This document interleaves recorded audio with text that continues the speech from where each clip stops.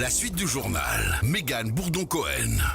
De retour dans votre journal, on parle environnement. Une soixantaine de scientifiques de la Caraïbe étaient réunis cette semaine du 10 au 12 juin pour la 5e édition de la Caribéa Initiative, une grande conférence consacrée à la protection et à la gestion de la faune de nos régions.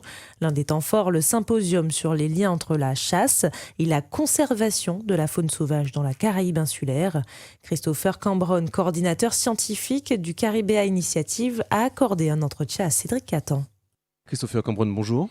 Bonjour. Merci d'avoir accepté notre invitation pour parler de cette 5e Caribéa Initiative. Quand on entend chasse et gestion de la faune, deux mots antinomiques, c'est important de lier les deux. Ah oui, c'est important.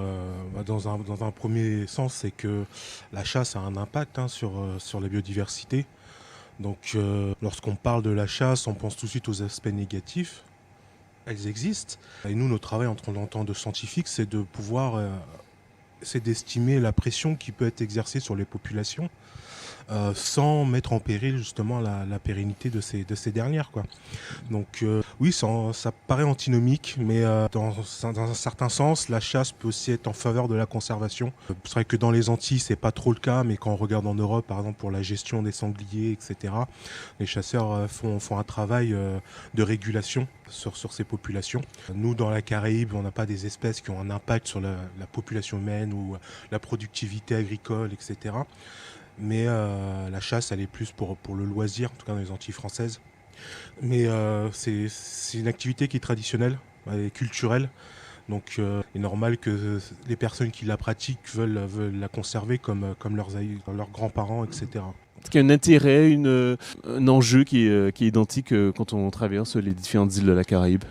Un enjeu qui est identique, c'est la préservation de la biodiversité. On a une biodiversité parfois unique à une seule île, on parle d'espèces endémiques, mais une grande partie de la biodiversité est partagée. Et donc si on parle des espèces chassables, par exemple, les espèces que l'on chasse, par exemple dans les Antilles françaises, en Guadeloupe ou en Martinique, les individus qu'on peut observer aujourd'hui sont des individus qu'on peut observer demain à Sainte-Lucie, à la Dominique.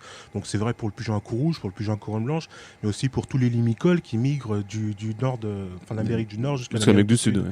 Donc en fait la biodiversité, c'est une richesse commune. C'est vrai que la Caraïbe a un contexte politique et même social qui est assez particulier, parce qu'on a une certaine diversité, c'est un chapelet d'îles avec des pays indépendants, d'autres qui sont des territoires d'outre-mer, soit avec des réglementations françaises, des réglementations européennes. Françaises, européennes, des réglementations propres à chaque île, et même au sein d'un même pays, la réglementation de la chasse, par exemple entre la Guadeloupe et la Martinique, est globalement la même, il y a des différences.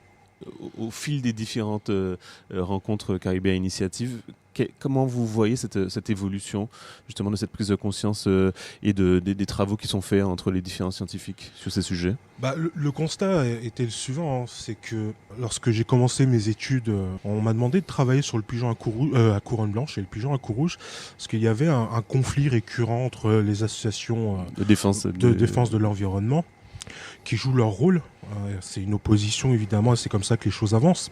Et les chasseurs qui voulaient continuer à chasser. Mais cependant, il n'y avait pas de données. Donc il n'y a pas de données scientifiques, donc il est difficile d'évaluer les populations et puis la pérennité de l'activité de la chasse.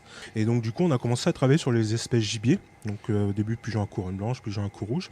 Et les relations se sont affirmées avec notamment les chasseurs, où ils souhaitaient vraiment eux aussi pérenniser autant que se peut leur activité. Parce que demain, si les espèces disparaissent, il n'y a plus d'activité de chasse. Donc la majorité des chasseurs sont conscients de ça. Et donc c'est pour ça que depuis maintenant 2 ans, on travaille étroitement avec la Fédération des chasseurs. Et l'intérêt de Caribéa Initiative, c'est qu'on est des scientifiques et on se positionne pas d'un côté ou de l'autre. Et on se positionne au fait du côté des données scientifiques et de ce qu'elles disent. Et qu'est-ce qu'elles disent aujourd'hui, les données scientifiques, sur ces espèces ? À l'heure actuelle, donc, je travaille particulièrement sur les espèces de colombidés, notamment le pigeon à cou rouge et le pigeon à couronne blanche. À l'échelle globale, les informations que l'on connaît, notamment via la liste rouge du LICN, disent que ces 2 espèces sont en déclin dans la Caraïbe, sans pour autant avoir des études très précises sur ce déclin. Il y a des études qui sont menées notamment à Porto Rico où on connaît la taille de population, on voit que la taille de population augmente au cours du temps et se stabilise avec des impacts récurrents dus aux événements Climatiques. cycloniques. Mais que la population est assez résiliente, finalement, on retrouve son niveau après quelques mois, voire quelques années. Et donc, ce que l'on montre, nous, aujourd'hui, lors de cette conférence, et c'est des résultats qu'on va publier prochainement dans des revues scientifiques internationales à comité de lecture, c'est que les populations ont une tendance démographique positive à l'échelle régionale. Je parle à l'échelle régionale, parce qu'on a aussi fait des analyses génétiques qui montrent qu'on est face, en tout cas pour Pigeon rouge, Pigeon couronne blanche, on est face qu'à une seule et une grosse population panmictique à l'échelle de la Caraïbe insulaire. Donc c'est pas une population pour chaque île, mais des populations qui s'échangent, des individus qui migrent, qui s'échangent. Ouais, on parle d'espèces vagabondes. Donc en gros, l'heure n'est pas encore à tirer la sonnette d'alarme, en tout cas sur ces espèces. Enfin, surveiller. Il faut surveiller tout déclin de manière à... Souvent, l'objectif, c'est d'apporter des données régulièrement pour adapter la gestion de la chasse. Donc on parle de gestion adaptative, c'est répondre aux variations de la population en modulant les pressions de prélèvement via la chasse. Donc c'est ce qu'on essaie de mettre en place. Et est-ce que les chasseurs, justement, sont partie prenante justement après des échanges et qu'ils comprennent les enjeux? Oui, de plus en plus. C'est vrai dans la Caraïbe, c'est aussi vrai en métropole ou en Europe. Il y a les bons et les mauvais chasseurs. Donc il y a des mauvais chasseurs qui braconnent, etc. Mais la majorité sont des chasseurs lambda, qui respectent le droit à l'environnement, etc.